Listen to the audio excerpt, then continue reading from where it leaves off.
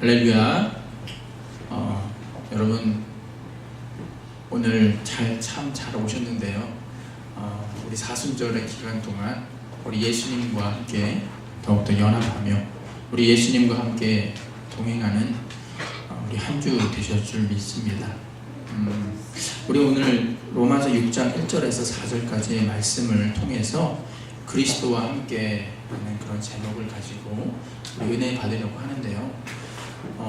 누구와 함께 간다는 것, 이게 얼마나 중요한지 모릅니다. 우리 사람 인자라는 것을 쓸 때 사람이 혼자 있으면 안 되듯이 누구와 함께 연합함으로 인해 우리가 보다 더 그 가는 길이 수월한 것처럼 우리의 믿음 길을 달려가기 위해서는요, 우리 인간적인 어떤 사람들과 우리의 신념과 연합하기보다는 우리 하나님과 함께 예수와 함께 만남으로 인해 주님과 연합하기 때 그리스도와 함께 십자가의 길, 여기 십자가 보이시죠? 우리 십자가의 길을 다시 걸어가면 우리 끝날 그 순간까지 주님과 함께 동행하며 우리의 믿음을 지켜 나갈 줄 믿습니다. 그런 마음을 가지고요, 오늘 이 말씀 보도록 하겠습니다. 로마서에는요, 크게 세 가지의 테마를 가지고 그 설명을 바울이 해서 쓴 글입니다. 첫 번째로는 어떠한 의롭다 함을 우리가 얻게 되는 것, 하나님으로부터 얻은 그 의에 대해서 설명하는 것이 바로 첫 번째 테마입니다. 둘째로는요, 그 깨끗함을 우리가 의를 받았기에 앞으로 우리가 깨끗함을 받는 일이 있게 되는데 그 깨끗함을 받는 일에 대해서 쓴 테마가 두 번째 테마입니다. 세 번째로는 그럼 우리는 깨끗함을 받았기 때문에 더 나아가 주님 앞에 나아와 영화된, 성화된 그 구원의 길을 접어들게 되는 것을 세 번째 테마를 통해서 바울 사도는 그 로마서를 쓰게 되었습니다.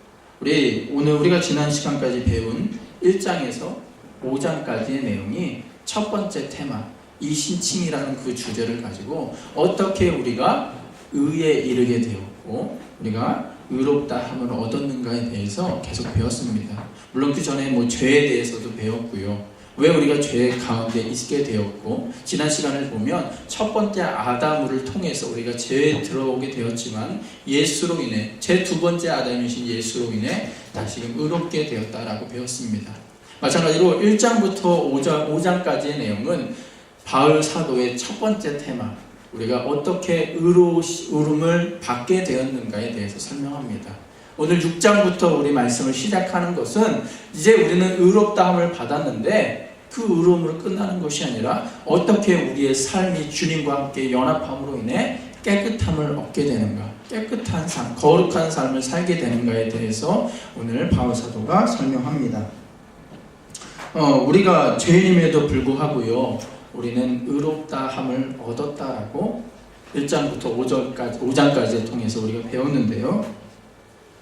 그것이 우리가 보면 사람의 노력으로, 행위로 인해서 어떤 종교적인 신념을 가지고 해결한 것이 아니라 오직 하나님의 은혜를 통하여 십자가의 사랑을 통하여 우리가 의롭게 되었다라는 것을 우리는 배우게 되었습니다.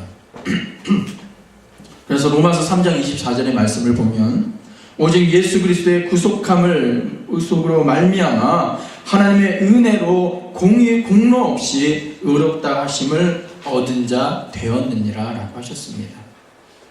제가 다시 읽어드리겠습니다. 오직 예수 그리스도의 구속을 말미암아 하나님의 은혜로 공로 없이 의롭다 하심을 얻은 자 되었느니라.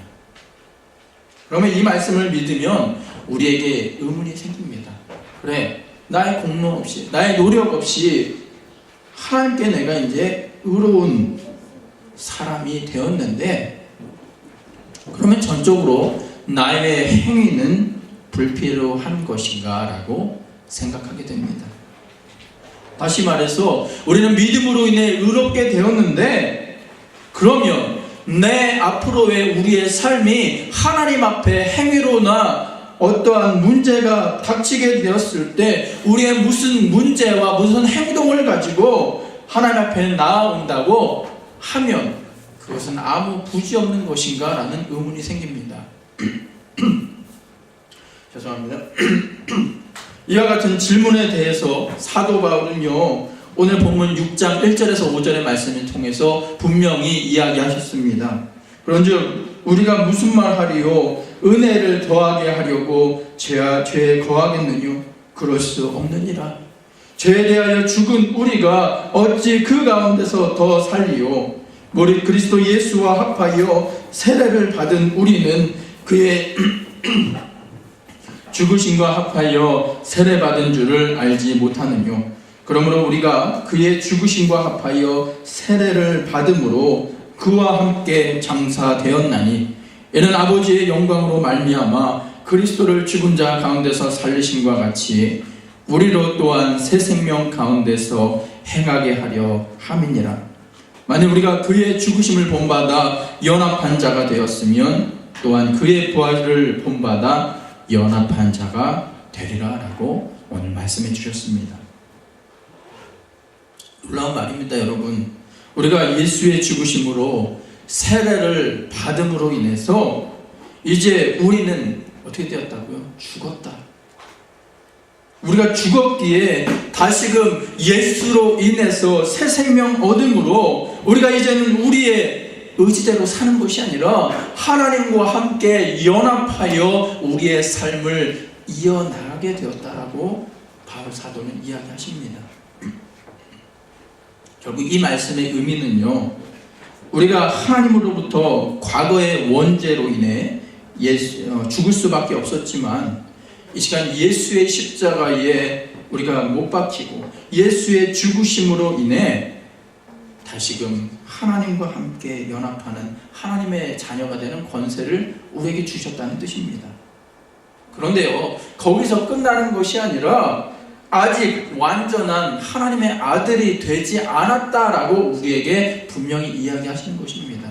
왜? 하나님 앞에 분명히 우리는 의롭다 칭함을 받게 되었지만 아직은 진정한 아들의 모습이 아니다라고 바울 사도는 역설적으로 우리에게 이야기하시는 것입니다.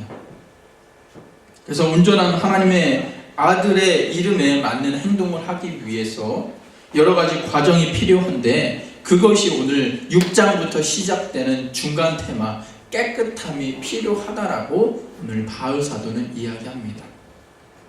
점진적인 성화를 뜻합니다.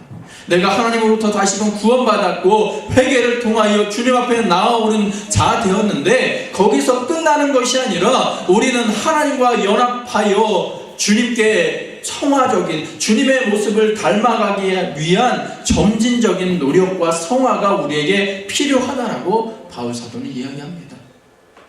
칼빈이 이야기하는 것도 마찬가지고요.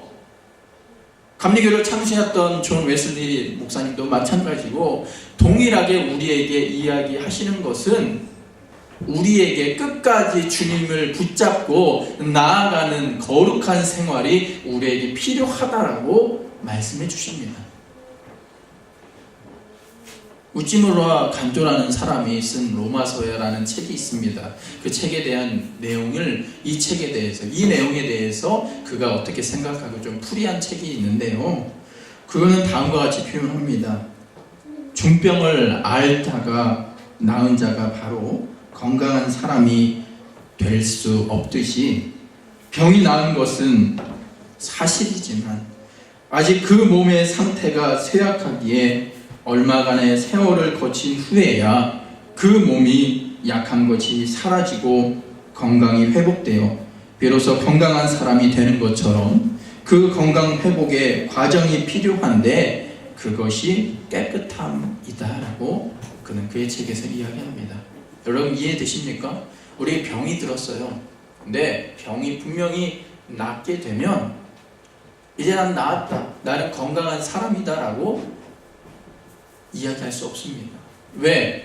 그 원래의 상태로 다시금 되돌아가기 위한 회복의 시간이 필요하다는 것입니다. 지금까지가 우리가 살면서 하나님을 만나기 전에 우리의 상태, 인격적으로 예수를 만나기 전의 상태는요, 병들었습니다. 나약해졌습니다. 우리의 마음이 주님과 앞에 연합하지 않았습니다. 분명히 우리는 예수로 인해 다시금 우리가 나음 받았고 너는 의롭다라고 하나님께서 칭하였지만 그 모습은요, 병들고 나서 병은 나았지만 몸이 약한 상태와 같다는 것입니다.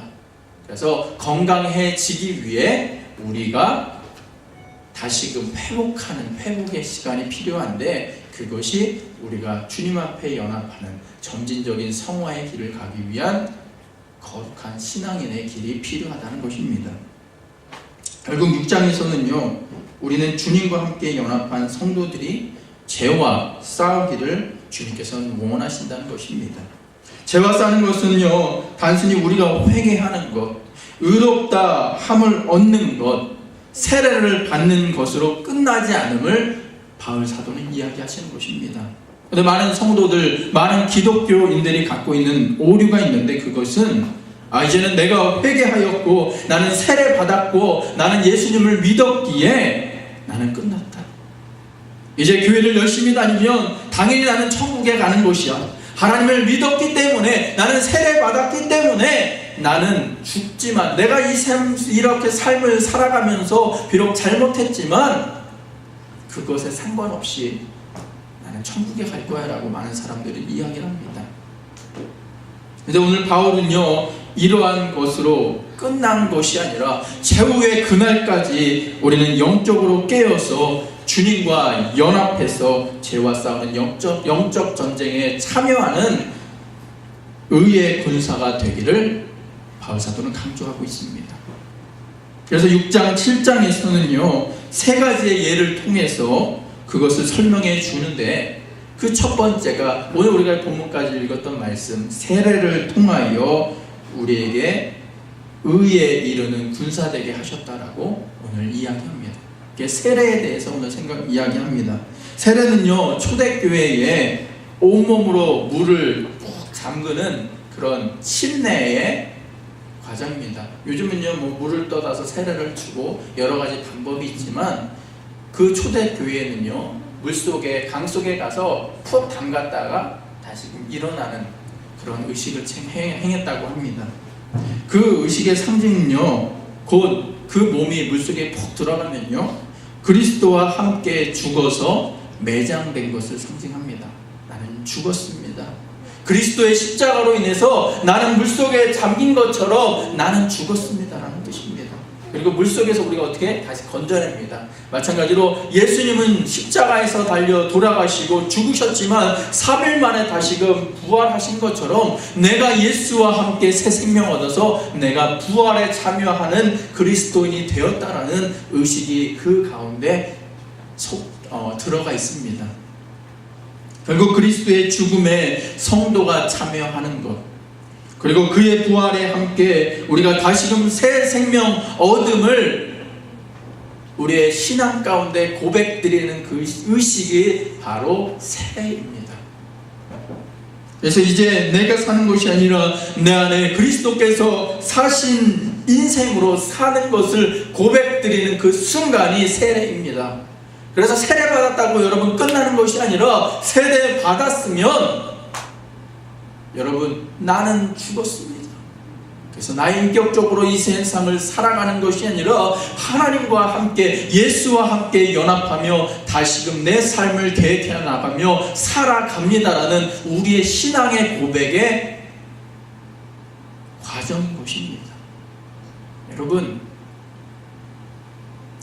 우리는요, 단순히 예수님께 구원받았다고 이야기하는 것도 중요하지만 그것으로 끝나는 것이 아니라 우리의 행함을 통해서, 우리의 모습을 통해서 예수 그리스도가 다시금 드러나게 되는 그 은혜가 우리 가운데 있기를 주님의 이름으로 간절히 축원드리겠습니다.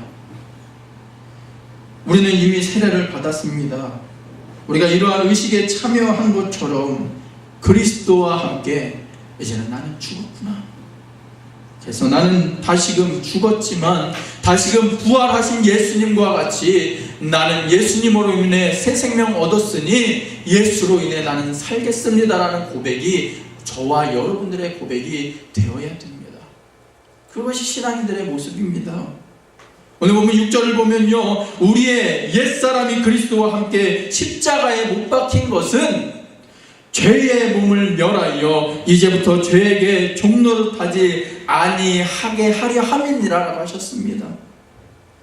그래서 우리의 옛사람은 이미 주와 함께 십자가에 죽었고 우리 주 예수 그리스도로 말미암아 죄에 대하여 자신이 죽은 자라고 여기면서 하나님에 대하여 하나님을 바라보며 세상을 바라보며 사는 인생이 바로 그리스도인들의 인생입니다. 당연히 세상 사람들과 구별될 수밖에 없습니다. 왜? 세상 사람들이 보기에는 어리석은 것 같지만 우리는 그것을 합니다.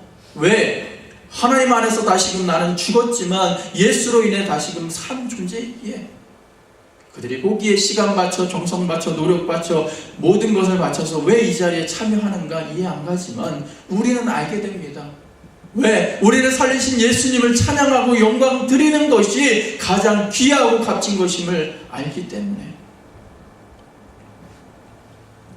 결국 우리는요 예수님과 연합하면 죄가 우리에게 침투할 수 없습니다.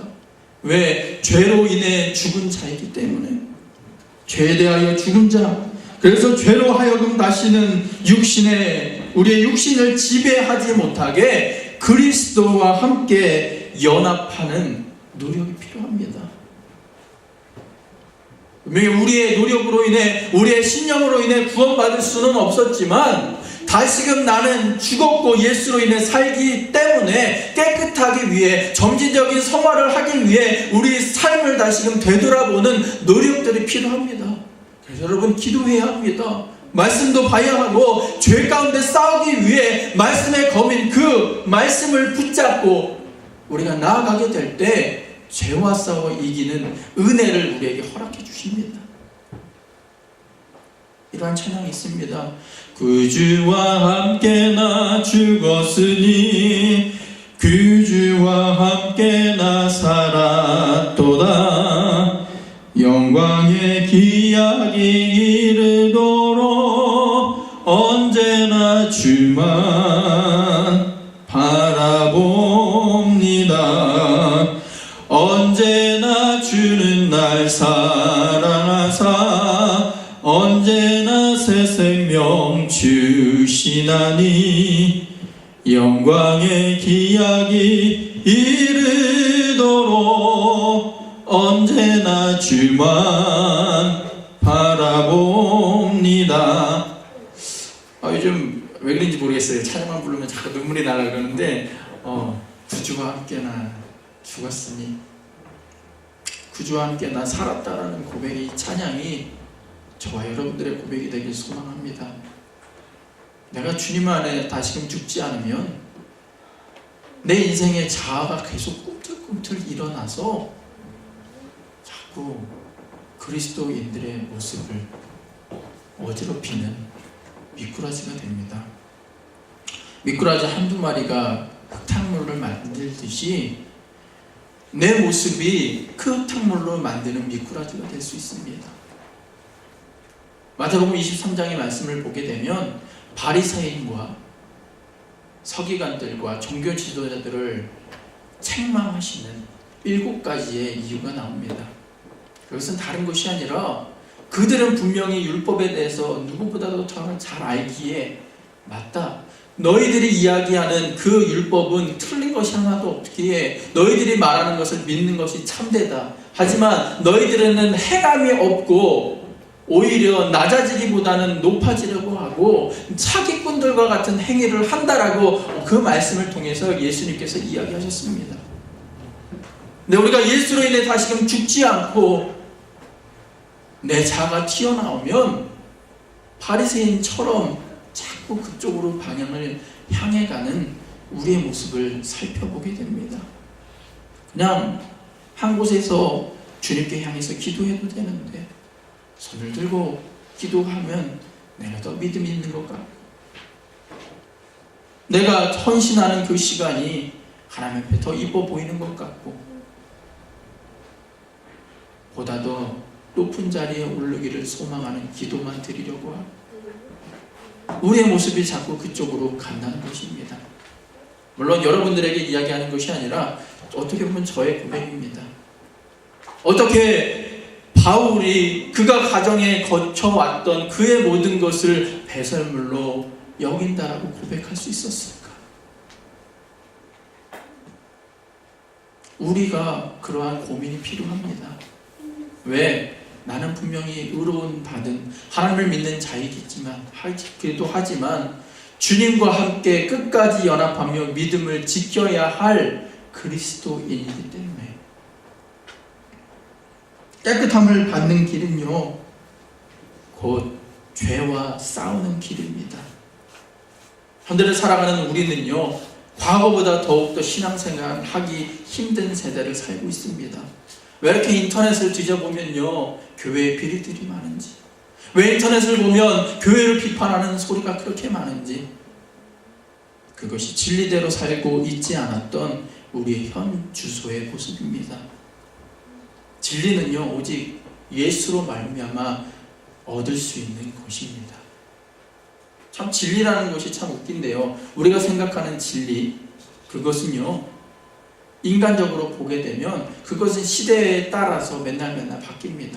우리가 갖고 있는 도덕적인 관념도요 우리가 우리의 생활의 바운드리에서는 이해되지 않는 것도 다른 지역에 가면요 그것이 진리로 받아들일 때가 있습니다.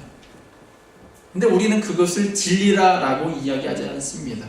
그것은 어떤 법이 될 수도 있고 도덕적인 관념이 될 수도 있고 사상이 될 수도 있지만 오직 진리, 그것은 예수와 함께 사는 인생, 예수로 인해 십자가의 길을 걸어가는 것이 바로 진리임을 우리는 압니다. 그리스도인들이 가져야 될 진리의 말씀은 오직 예수의 이름밖에 없습니다.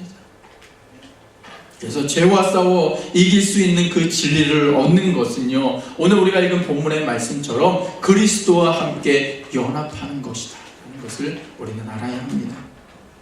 우리가 예수와 함께 그분의 생명에 참여하게 될 때 그리스도에 못 박힌 영은요 우리의 생명의 근본을 변화시키고 그것을 가능하게 만들어 주십니다. 결국 우리는 아무 노력해도 죄와 싸울 수 없지만 예수와 연합하면 죄와 싸워 이길 수 있습니다. 오직 예수로 인해 성령의 도우심으로 그 죄를 이길 힘을 하나님 앞에 우리가 나아올 때 주님은 우리에게 힘 주시고 지혜 주시고 은혜 주십니다. 요한복음 15장 5절의 말씀에는 이러한 말씀을 해주셨습니다. 나를 떠나서는 너희가 아무것도 할 수 없느니라. 왜 이런 말을 해주셨을까? 하나님과 연합하지 않는 삶은요 우리가 죄와 싸워 이기려고 하더라도 그것을 이길 수 없습니다. 내 자신도 각오했던 것도 3일 후면 다 잊어버리는 우리의 모습인데, 그래서 이런 이야기 있잖아요. 작심삼일. 우리의 과거, 우리의 신념도 우리의 노력으로는 그것을 잡기 어렵습니다. 더군다나 우리의 믿음 생활을 지켜나가는데 얼마나 유혹이 많습니까? 우리를 넘어뜨리려는 사탄의 괴계가 얼마나 많은지 모릅니다. 하지만 그것과 싸워 이기기 위해서는요 하나님 앞에 연합함이 필요합니다. 오직 성령으로 인해 성령의 도우심으로 그 죄를 이길 힘을 예수님께서 오늘 우리에게 공급해 주십니다. 그래서 우리가 노력해야 될 것은요 하나님과 연합하기 위해 기도하는 것, 주님의 말씀을 듣기 위해 말씀을 보는 것이 우리에게 필요합니다. 여러분들에게 괜히 말씀하십시오, 기도하십시오라고 이야기하는 것이 아니라 내가 인격적으로 예수를 만나 우리가 죽을 수밖에 없고 우리가 정말로 죄와 싸워 이기기 위한 방법을 그분을 통해서 알기 위해, 하나님과 연합하기 위해 우리가 말씀 보는 거고요 기도하는 것입니다. 모세가 광야에서 뱀을 든 것 같이 인자도 들려야 한다라고 요한복음 3장 14절에서 말씀해 주셨습니다. 마찬가지로 우리의 처음은요 예수 없는 삶이었지만 내가 이제 예수와 함께, 예수와 십자가와 함께 예수의 십자가를 다시금 바라보면 노뱀을 보게 되었을 때 이스라엘 사람들이 낫게 된 것처럼 우리가 십자가를 바라보면 우리의 명이 다시금 살아납니다. 그리고 우리의 입술이 주님을 찬양하는 입술로 변하게 됩니다. 로마서 6장의 말씀은요, 부활하신 주님과 연합하고 살아있는 믿음을 소유하는 성도 되길 원하는 바울의 심정이 드러나 있습니다. 왜 우리가 세례받아야 하는가? 세례는 곧 내가 죽고 다시금 살고 주님과 함께 살아갑니다라는 고백이 그 가운데 내포되었기에, 빌립보서 3장 10절의 말씀처럼 내가 그리스도와 그의 부활의 권능과 그 고난에 참여함을 알려하여 그의 죽으심을 본받아라고 말씀하셨습니다. 저는 우리는 이것이 어떠한 이론이나 사상이 아니라 실제적인 체험이 되어야 함을 바울은 이야기하신 것입니다. 그리스도와 함께 죽고 살기 위해서는요, 어떠한 이론을 가지고 되지 않습니다. 어떠한 노력을 가지고 절대 되지 않습니다. 우리가 책을 본다고 해 어떻게 믿음이 생겨납니까? 우리의 노력으로는, 우리의 행위로는요, 우리의 생각으로는 그것을 증명할 수 없습니다. 하지만 주님과 함께 연합하는 것, 그 십자가를 바라보며 우리가 나아가면 우리에게 그 믿을 힘을 주시고, 그 예수 그리스도를 만나는 체험을 통해서 우리가 그리스도인들의 모습을 잘했다, 충성된 종이다라는 모습으로 변화시켜 주십니다.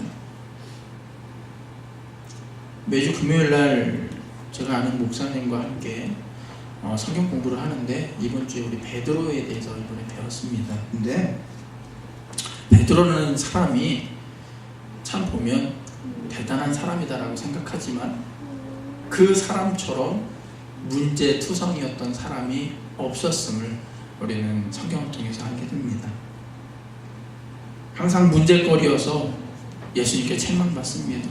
물론 주는 그리스도시요 살아계신 하나님이십니다라는 고백을 하고 천국의 열쇠를 너에게 주겠다라고 이야기하신 주님의 말씀도 계셨지만, 곧바로 예수 그리스도의 순환에 대해서 이야기하셨을 때, 주님 그러지 마십시오, 절대 내가 그렇게 하지 못하게 하겠습니다라는 고백을 듣게 되었을 때 예수님께서 책망받는 역할을 담당했던 주인공이 바로 베드로였습니다. 그는 신앙 있는 것 같지만 예수님을 인격적으로 만나기 전에 그는 신앙 없었던, 오히려 그의 생각대로 정치적인 예수님이 오셔서 이스라엘 백성들을 구원시켜 주실 거야 라는 정치적인 메시아를 꿈꿨던 성격 급하고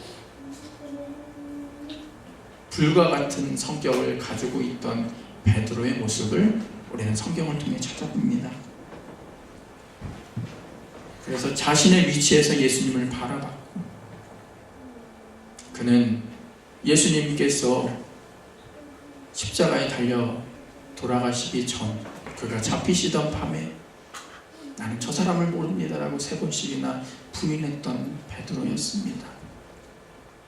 하지만 예수님께서는 그런 허물 많은 베드로의 모습까지도 그를 용납하시고 친히 영적인 상태를 회복시키고 다시 부활하셔서 그에게 찾아가셨을 때 동일하게 내 양을 먹이라, 내 양을 치라, 내 양을 먹이라고 말씀하시면서 그에게 찾아오셨던 예수님을 경험한 베드로의 모습이 앞으로의 사도행전의 시대에 그가 기도하고 다시금 오순절에 성령의 체험을 하게 될 때, 그가 나가서 전하게 될 때 3,000명이 회개는 되는 역사가 베드로를 통해서 있게 됩니다. 우리의 눈으로 보기에는 저 사람이 참 믿음 없는 것 같고 참 변화되지 않을 것 같은데 라는 생각하는 사람이 있지만, 하지만 그 가운데 하나님의 은혜가 그 사람 가운데 있게 되면 그 사람이 변하여 베드로와 같은 은혜를 주신 것처럼 주님의 십자가를 바라본 우리의 모습이 될 때, 주님 나는 정말로 약합니다. 주님 나의 존재란 것은 이럽니다. 남들보다 똑똑하지도 못하고요, 남들보다 가진 것도 없고요, 남들과 같이 강한 체력도 없고 지식도 없지만 나는 오직 예수 그리스도의 십자가를 바라보며 나아갑니다라는 고백이 있게 될 때 그 약한 자를 쓰시는 그 하나님의 은혜가 있게 되고, 그를 통하여 강한 자를 부끄럽게 하시는 그 하나님의 은혜가 우리에게 있길 주님의 이름으로 간절히 축원드리겠습니다. 베드로가요, AD 61년 네로 황제의 박해를 피해서 탈출하게 되었을 때 그는 환상 가운데 다음과 같은 모습을 보게 됩니다. 주님이 로마의 그 길을 향해서 걸어가는 모습. 주님 어디로 가시나이까? 콜바디스 도메네. 그때 예수님께서 그에게 말씀하십니다. 베니오 로마나 이터룸 크루시피디. 좀 라틴어도 좀 이상합니다. 아무튼 내가 다시 십자가를 지기 위해 로마로 들어간다. 그 환상을 보게 되고 그는 다시금 돌아가서 순교하게 됩니다. 우리의 인생도요, 십자가를 바라보면 그렇게 다시금 되돌아가는, 우리가 생각하지 못한 그 비밀을 갖게 되고 뛰어 일어나 주님을 찬양하는 모습으로 변화시켜 주십니다. 이민 생활하면서 때로는 상처되는 거 많이 있습니다.